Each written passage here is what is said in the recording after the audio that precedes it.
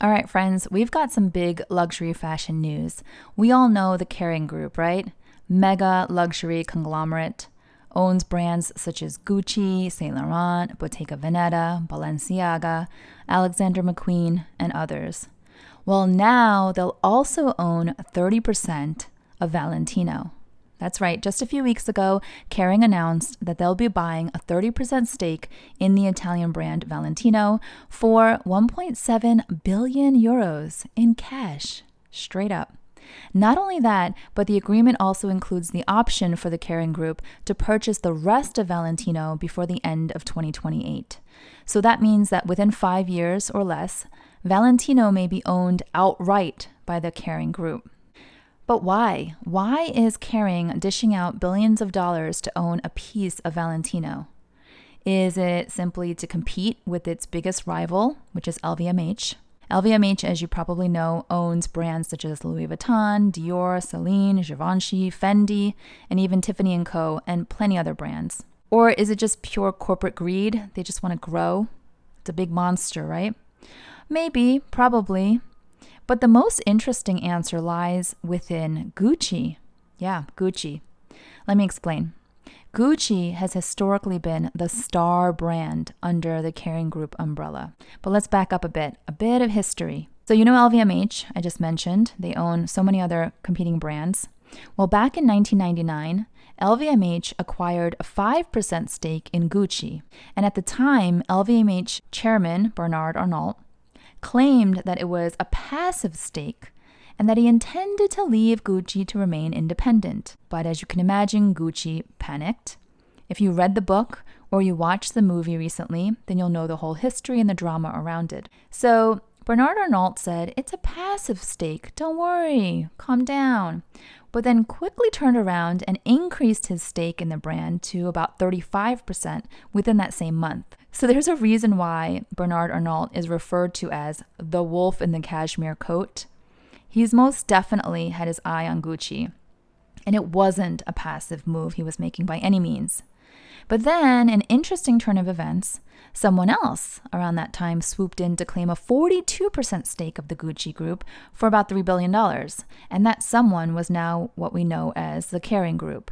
So back then it was like the Wild Wild West, and the battle was essentially between Kering versus LVMH, and in the end, Kering won out. They eventually increased their stake in Gucci from 42% to about 68% in the year 2003, and then again to 99.4% in 2004. So for the last 2 decades or so, Gucci has been owned by the Kering Group.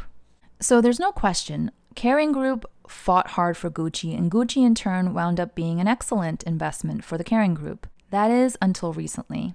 So last year, fourth quarter sales at Gucci were down by 14%. Gucci's CFO at the time even made a public statement saying that Gucci's 2022 performance, quote, did not meet our expectations, end quote. Gucci's sales in China declined, but also noticeably fell in the US as well. Products in their aspirational category, like sneakers, also performed well under expectations. According to Reuters, the Kering Group missed market forecasts for second quarter sales of this year, 2023, barely eking out 3% growth and lagging behind its rivals, LVMH and Hermes.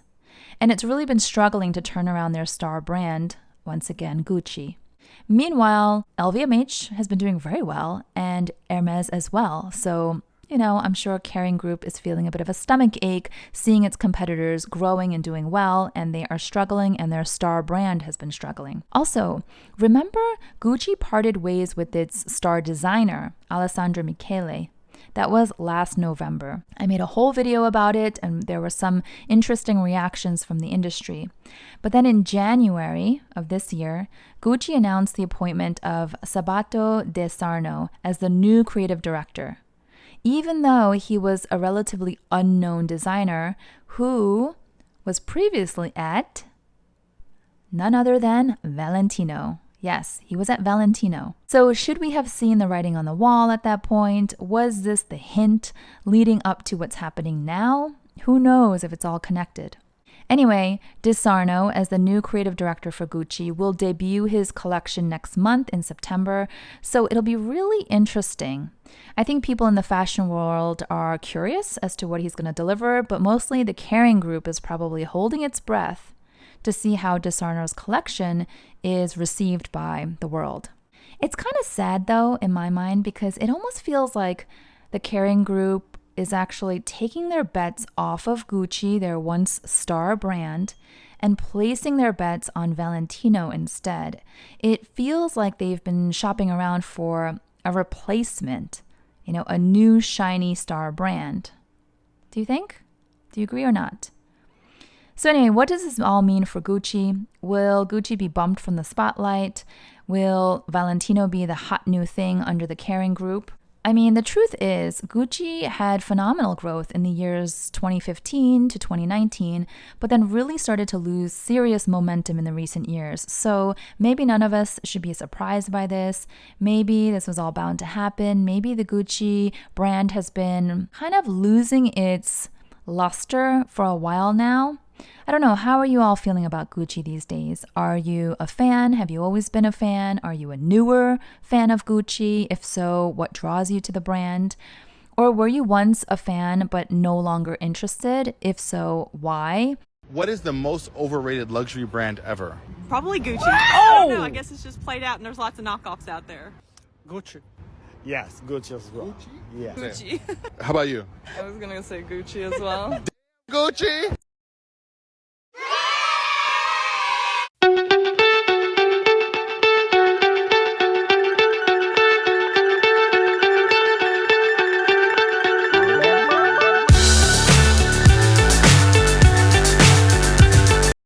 Also, what does this mean for us as consumers when brands are being consolidated under these huge conglomerates where there is essentially one big guy at the top controlling everything, and it's sort of like diluting the independence and variety of brands out there? Are they all going to start behaving the same? I know that brands still have their own aesthetic and their own style depending on who the creative director is, but to know that all these brands that we talk about in the luxury world eventually roll up to like one or two or three huge mega conglomerates, I don't know, it kind of takes the fun out of it, don't you think? Is it just me? Let me know your thoughts on that as well. Give this video a thumbs up if you enjoyed it in any way.